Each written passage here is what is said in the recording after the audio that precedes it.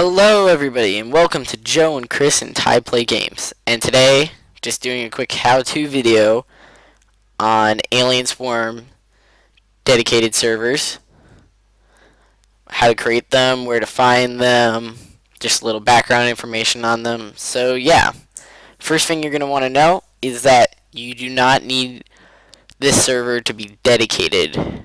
It's better if you have it dedicated because then it doesn't use as much as your processor and your frame rate goes up. So if you have an extra like Mac running around that can run some basic Steam software, then I would definitely recommend making it a dedicated server. But if not, it's not a big deal. I've played Alien Swarm with the server running on my computer plenty of times. Not too many problems.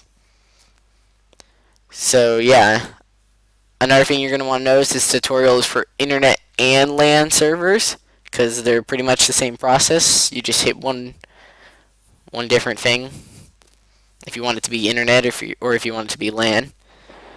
So yeah, I'm not going to explain LAN or internet servers or Alien Swarm in this video, because if you don't know that, they need to watch someone else's video first and figure that out. I'm trying to keep this short. So alright, let's get into it. So the first thing you're going to want to do is install the Alien Swarm dedicated server tool. So you just go to Library, Tools, and then down here to Alien Swarm dedicated server. You don't need this STK thing. I downloaded that for a completely different reason. It's unnecessary for your server. And if you already have something like the dedicated server for Aliens vs. Predators, for example, or the Modern Warfare 3 dedicated server, that's fine. You're still going to have to install this so it has the proper software. It's going to look exactly the same, and you could probably even use this dedicated server icon, and I'll show you how to do that. So yeah, just double click to install it. Once it finishes installing, just open it up. So you're on your server software that you just downloaded. Select Alien Swarm if you haven't already, or if you're using a different software. Just type in the server name. I have mine at Joe and Chris and Ty Play Games. Here you can select LAN or internet. LAN is when all the computers are on the same network. Internet is when they're not. Max players, probably don't put it at 1 unless you want to go Rambo mode or something like that. Can't go above 4 because it's a 4-player multiplayer game. So I have it at 3, so 3 people in this channel can play it. And this doesn't really matter. It's very technical. Neither is this. You don't need to know this password to log on to the server. And right here where it says Secure Valve Anti-Cheat, that's not important too much unless you know people who know console commands. Those are basically like cheat codes that you can enter into the game. And if you don't want that, you'd want this box checked off. And if you do want console commands, you want to go into first person mode or another one of their console commands, you're going to want this box unchecked. So I'm just going to check it and then start server. Alright, your server is now up, and as you can see, it takes a second for the information to load, but there's some key stats here: what game, your IP address, how many players are on the server right now, and how long the server's been up. And if you go into statistics, you can see that your CPU usage went way up when you started the server, so if you experienced some minor glitches there, that's why. So you can track your players, your ping, your CPU, your frame rate, all in here. There's lots of cool statistics you can get. Let's go back to the main page.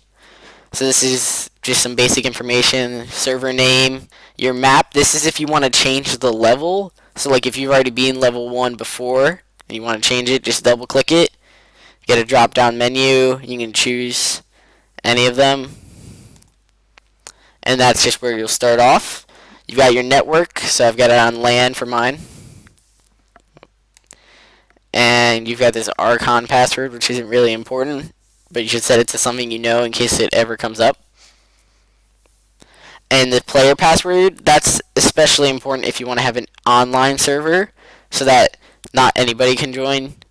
You can just tell all your friends the password and they can find the server and all that. And the map cycle, that's not too important. That just means once you beat this map, what level will go on to. So yeah. And you can set some bands here on the band thing. And I was talking about console commands here before, and you can change them up here. But yeah, it's all pretty straightforward. And if you are, when you're done, you can just hit the little X in the corner. So yeah.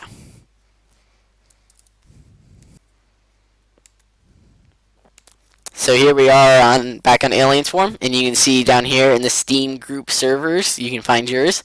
That's because you're your own friend, so it shows up, and you can join just by clicking this. But I'm going to go the long way so that if you're not friends with someone or not in a group with someone, you can still find it.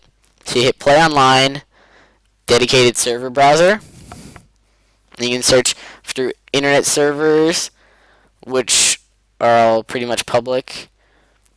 LAN servers, which just show up because there's not too many of them. You won't have to search them like in internet, which is right here.